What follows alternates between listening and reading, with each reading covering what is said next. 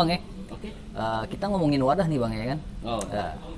Itu kegiatan kita kan, member kita di King Pejaten kan banyak nih Bang ya. Banyak kegiatan-kegiatan selain di area King Pejaten gitu kan. Contohnya ya kita sebutin aja ya. Kita ada di Betawi Punya Raje, RKFC, KDS atau di mana gitu. Itu Abang mantaunya gimana itu Bang? Begini, gue sih sebenarnya kalau sama semua member di King Pejaten, yang tadi gue bilang, gue utarain tuh, kita tuh yang senior-senior tuh pede banget. Ada orang baru yang mau gabung, ya kita serahin ke dia malah. Bukan istilahnya gue terima kasih banget ada dia di orang. Oh, gitu ya? Gitu. Jadi ada orang yang mau ke RKF, ada orang yang mau ke KDS, ada yang mau ke BPR, ada sekarang baru-baru ini Raja Jakarta gitu. Itu gue seneng banget ada orang-orang yang beraktivitas itu. Karena apa? Secara nggak langsung kita dapat informasi dari kegiatan-kegiatan. KDS positif, donasi. RKF positif banget, olahraga, gitu. Terus Raja Jakarta ini kita masih pantau arahnya mau kemana. Cuman kalau bicara silaturahmi, oke. Kita support abis. Nah, BPR kita tahu lah, istilahnya wadah. Dari namanya aja sebenarnya kita udah kecengang gitu. Betawi Punya Raja. Kebetulan kita ada di wilayah Jakarta. So, ngapa enggak kita kita ambil informasi dari mereka. Dan nanti ada yang lebih bagus lagi. Kenapa enggak? Istilahnya pak kita tersalurkan. Oh, dari yang seneng olahraga ke RKF, yang seneng donasi kita ke KDS, yang seneng kumpul-kumpul ke BPR atau ke Raja Jakarta. Itu istilahnya dari gue istilahnya walaupun senior-senior nggak sanggup, mereka pada mau jalan sendiri, kan suka ada, bang gue masuk ini. Itu girang banget sebenarnya. King Pejaten ya, bukan gue yang pendirinya yang girang, bukan. King Pejatennya girang sebenarnya. Karena apa? Numpuk informasi. Kayak berapa kopdar lalu kita selalu tanya, itu informasi dari BPR gimana? Gue dari RKF bisa ngetarain, terus dari KDS juga kan. Ya begitulah. Artinya kita dapat informasi banyak banget. Selagi kita masih punya kegiatan yang positif di luar klub-klub yang masih bernaung area King tuh, wah gila, asli. Perubahan di King Pejaten tuh juga ngikut gitu. Jadi update karena dari informasi-informasi mereka. Wah top ya. Top banget. Kegiatannya ini persari tetangga kita sampai walaupun cuma perwakilan Jamda, Jamnas, sampai juga alhamdulillah walaupun istilahnya katar-ketir kita ngumpulin tadi bagaimana caranya, berapa orang, satu orang juga berangkat, dua orang berangkat aja dah, gimana caranya kita gitu. Hebat banget. Jadi, ada alhamdulillah setiap member emang benar-benar ada di wadah itu dalam ini masing-masing Bang Bray ya. Selalu menginformasikan tentang ini ya Bang ya. Jadi secara nggak langsung silaturahmi kepada dulur-dulur area King lain gitu Bang Bray ya. Oke. Jadi ada lagi nih pertanyaan nih Bang. Kapan sih dan bagaimana Abang rekrut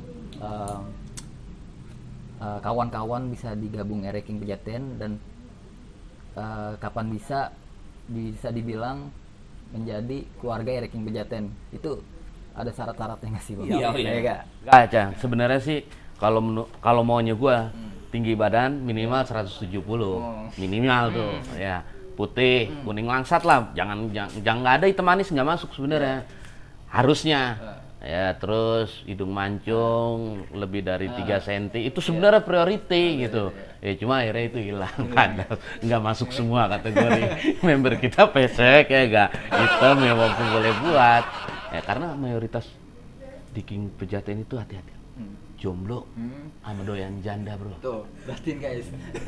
Ampun, jomblo dan doyan janda jangan masuk di dua-duanya karena nggak ada itu dua-duanya.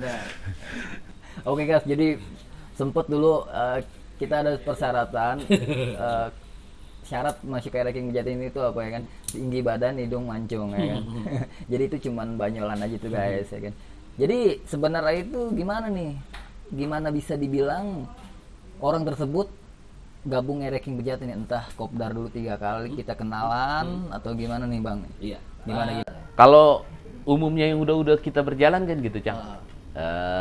Awal dari baru-baru masuk tuh karena emang istilahnya mungkin dia nggak punya klub, nggak punya. Mereka masuk aja gitu.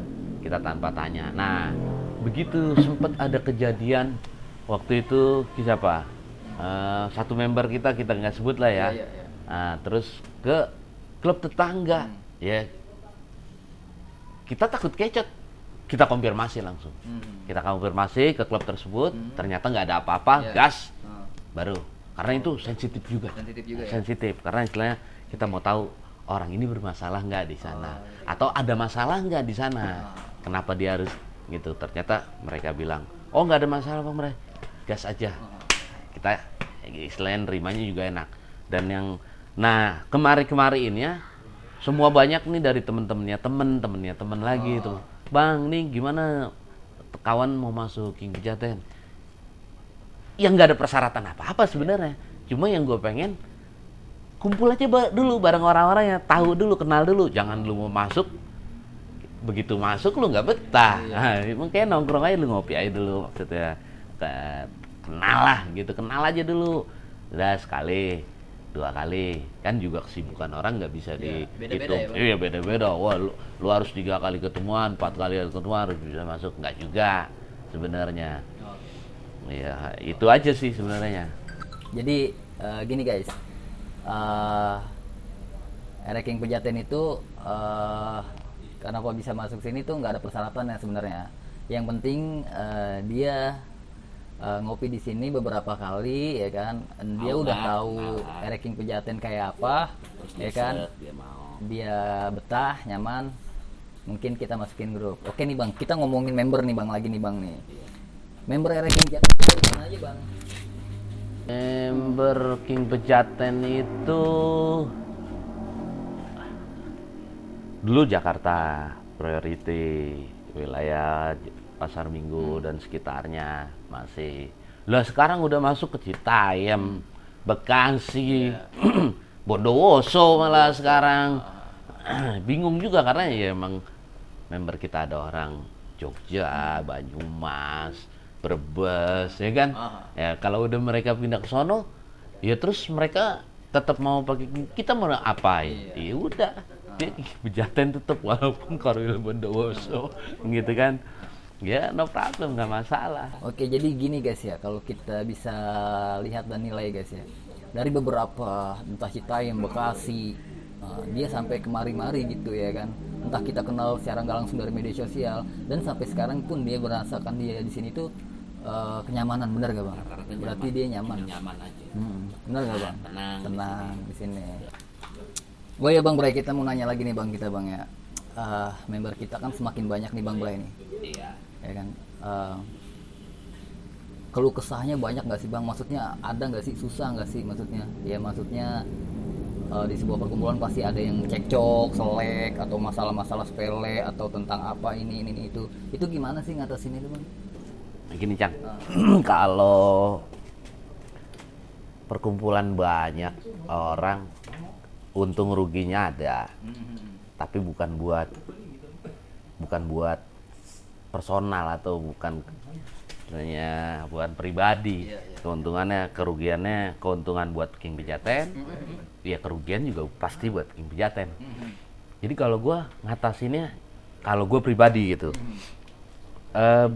makanya orang itu gue bilang suruh lu kalau mau masuk King Pejaten itu ya ngopi aja dulu, terus lu kenal orangnya kayak apa, orang-orangnya kayak apa, lu cocok, lu lanjutin. Oh gitu. Iya, gue punya ada admin gitu, ya tinggal ngomong sama admin, nanti urusan masuk nggak masuk itu mah sebenarnya gampang, cuma jalurnya lewat admin. Kadang-kadang ada juga yang lewat gue, bang, gue mau masuk King Pejaten, nah gue lempar ke ini nomor admin. Sebenarnya nggak disulitin, harus wah emang sesulit apa sih masuk Pejaten? Ya enggak, artinya kita punya, tetap sesantai apapun kita punya jalur yang pas. Kalau lo mau masuk, ya ini adminnya lewat sini aja, pasti dimasukin. Oh gue dari temennya Bray yang kemarin ngopi udah 3 kali atau 4 kali. Oh gue dari temennya Botak, dari udah berapa kali. nggak ada masalah sebenarnya. Ataupun dari temennya itu sendiri yang masukin, kan kita why not, ngapa enggak gitu. Kalau emang dia cocok, oh ayo dong masukin gua, nggak masalah gitu. Cuman kalau buat masalah crash itu begini, kalau orang baperan, semua klub punya, Pasti ada baperan. pasti ada orang yang baperan, termasuk baper itu apa sih? Baper itu kan orang gampang tersinggung, ya, tersinggung. Ya kalau di selama ini nih di King Pejaten, gua anggap clear. Artinya bercanda di grup itu, dari mulai ngomong tai sampai ngomong intan itu udah ada. Jadi dari mulai ngomong tai sampai intan itu udah ada. Artinya ya gue udah nggak ada urusan lu mau bercanda di situ sampai sejolok apa atau sekasar apapun. Tapi di medsos yang lain usahakan ya kita nyikapin bijak lah. Kalau di medsos yang lain kan orang banyak. Tapi kalau di grup lu mau yang tadi gue bilang dari mulai kotoran sampai intan permata ya silakan aja lu omongin. Tapi kalau udah bicara masalah medsos yang di luar atau ya itu kalau bisa kasih sekat dikit-dikit, bercandanya mirip-miripin aja, jangan sampai, karena di situ banyak orang yang monitor gitu kan. Mau kalau buat masalah crash, gua punya orang-orang yang cerdas. Jadi dia bisa ngelihat, oh si Anu sama si Anu lagi crash. Nah, biasanya yang tua-tua tuh suka dikabarin. Atau di beberapa orang ini yang simpatik tuh suka dikabarin, bang sini.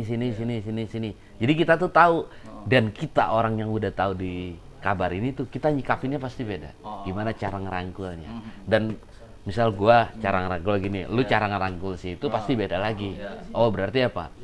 Oh gue tetap diperhatikan gitu kan.